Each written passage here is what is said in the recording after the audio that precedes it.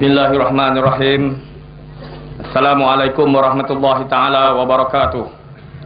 Alhamdulillahi rabbil alamin.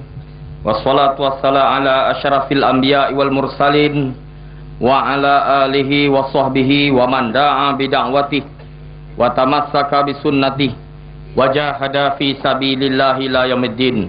Saudara pengurusi majlis yang saya kasihi, Ustaz Hasan Kasim, Musi Badan Perhubungan Keadilan Negeri Sembilan Darul Khusus, sahabat saya Saudara Hamdan Taha, Naib Ketua Pemuda Keadilan Malaysia, rakan-rakan pimpinan Exco, rakan-rakan pimpinan Barisan Alternatif, Saudara Timbalan Kesujaya Pas Negeri turut hadir, rakan-rakan pimpinan, tuan-tuan guru, alim ulama, para pegawai dan kaki tangan kerajaan, anggota polis cawangan khas yang didatangkan khas dari Bukit Aman, para penyokong UMNO dan pendukung Barisan Nasional, seterusnya tuan-tuan dan puan-puan, hadirin hadirat, ibu-ibu, bapak-bapak, saudari-saudara yang saya kasihi sekalian. Alhamdulillah, saya aturkan rasa syukur tidak terhingga kehadrat Allah Subhanahu wa taala kerana berpeluang untuk tampil lagi pada malam ini, dapat bertemu muka, bersua wajah dengan tuan-tuan dan puan-puan yang dikasihi sekalian. Bila saya nak naik berucap tadi, mula-mula sekali Ustaz Ruslan Kasim pesan, jangan bantai polis. Saya memang tak pernah bantai polis. Untuk apa saya bantai polis? Sebab saya mungkin jadi menteri dalam negeri suatu hari nanti, polis akan duduk di bawah saya. Apapun tuan-tuan dan puan-puan, saya teringin nak berpantun malam ini. Pantun saya berbunyi, mamak tongkang berhati batu, iman di dada semakin lupus. Hajat hati hanyalah satu, mahu melihat Mahathir mampus. Tangkapan rakan-rakan kita di bawah Akta Keselamatan Dalam Negeri ISA adalah arahan Dr. Mahathir Mohamad. Dialah perancang, dialah pengarah, dialah perencana segalanya. Kita punya maklumat dari pertemuan seorang rakan kita dengan setiausaha politik Abdullah Ahmad Badawi yang namanya Haji Osman Desa.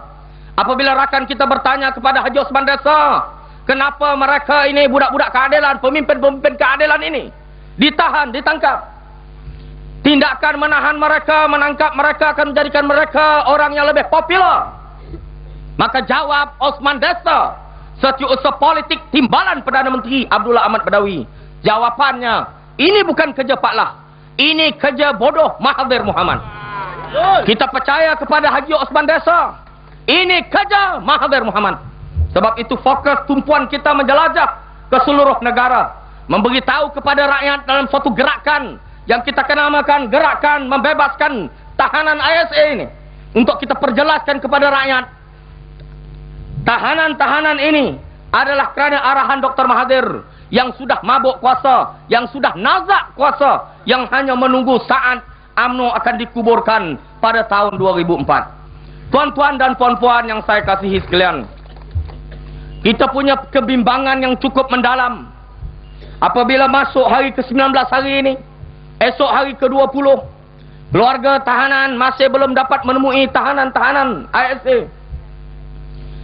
Apabila diminta bawa ke mahkamah, mahkamah menolak permohonan kita untuk mereka dibawa ke mahkamah. Apa yang sedang berlaku terhadap mereka? Ada rakan-rakan yang telefon kita bagi tahu, melihat tangan saudara Gani ketika dibawa daripada Kuching diterbangkan ke Kuala Lumpur, tangannya berbalut, semacam patah. Kita punya kebimbangan, rakan-rakan yang lain juga dianyanya sedemikian rupa. Mereka sedang dipaksa untuk menandatangani beberapa dokumen, kononnya merancang sesuatu yang tidak mereka rancang. Tapi saya nak bagi tahu kepada tuan-tuan dan puan-puan, kita dapat maklumat lagi. Kita dapat maklumat ekoran daripada kejadian pergaduhan kaum di Kampung Medan yang melibatkan antara orang India dan orang Melayu. Ada gangster, ada kaki-kaki pukul terdiri daripada orang India dan gangster-gangster Melayu yang ditangkap bersenjata. Mereka ini sedang dalam tahanan polis. Kononnya menurut cerita, mereka sedang dipaksa untuk membuat pengakuan bahawa senjata-senjata yang dirampas daripada mereka adalah senjata-senjata yang dibekalkan oleh saudara Izam dan saudara Gobala Krishnan. Ini yang akan mereka lakukan. Dan saya minta rakyat jangan terperanjat. Kalau mereka muncul di kaca-kaca TV membuat pengakuan. Saya masih teringat lagi dengan pesanan Pak Kudus, seorang bekas pegawai Special Branch, memberitahu kepada saya, nyatakan Zahid, kamu jangan underestimate siasatan di bawah ISA. Siasatan ini cukup dahsyat. Siasatan ini boleh menukar seseorang itu, boleh membuat seseorang itu mengaku seseorang Islam itu mengaku menganut agama Buddha. Sebab itu tuan-tuan dan puan-puan, malam ini saya bagi ingatan kepada orang Seremban. Kita akan turun ke seluruh negara untuk bagi ingatan yang sama. Seandainya sudah sampai geruh saya untuk ditahan di bawah Akta Keselamatan Dalam Negeri, sama seperti yang dilakukan kepada teman-teman yang ada sekarang. Dan seandainya selepas tahanan itu, dalam tempoh tahanan itu, saya muncul di kaca-kaca TV, saya muncul dalam media pengampu UMNO dan Barisan Nasional, saya membuat sebarang pengakuan bahawa keadilan pembohong, keadilan tidak guna, barisan alternatif penipu. Saya minta tuan-tuan dan puan-puan jangan percaya kenyataan saya ketika itu. Itu maknanya saya telah didera, saya telah dipaksa, saya telah diseksa. Kita punya kebimbangan ini kerana timbalan Perdana Menteri dulu Anwar Ibrahim juga mengalami proses yang sama. Apabila Ketua Polis Negara kata Anwar berada dalam safe and sound, berada dalam keadaan selamat, tiba-tiba Anwar muncul dalam mata lebam.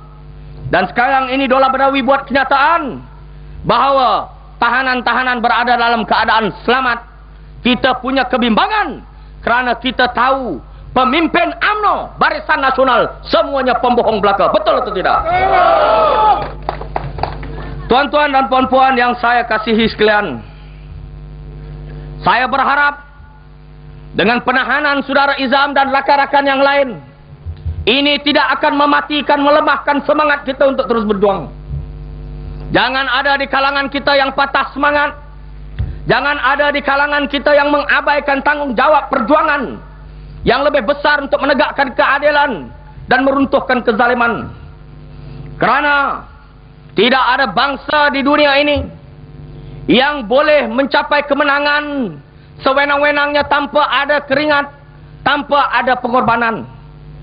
Saya nak bagi ingatan kepada tuan-tuan dan puan-puan, ISA merupakan suatu ancaman, tetapi kita ingatlah pesanan daripada junjungan besar Nabi Muhammad sallallahu alaihi wasallam. Nabi sallallahu alaihi wasallam pernah menjanjikan kepada kita, mana-mana lelaki yang mati dalam keadaan menyatakan kebenaran di hadapan pemimpin yang zalim, matinya dibunuh, maka matinya mati syahid. Kalau Nabi sudah janji mati syahid kepada kita, apa ada pada ISA? Ini perkara main-main. Betul atau tidak? Sebab itu tuan-tuan dan puan-puan, saya tidak boleh bercakap panjang lagi kerana selepas ini Saudara Hamdan Taha, Naib Ketua Pemuda Keadilan Malaysia, orang yang sedang memegang teraju, memegang tampuk, memegang panji-panji keadilan, mewakili Saudara Izam untuk menyampaikan ucapannya dalam tempoh setengah jam daripada sekarang. Dengan segala hormatnya, saya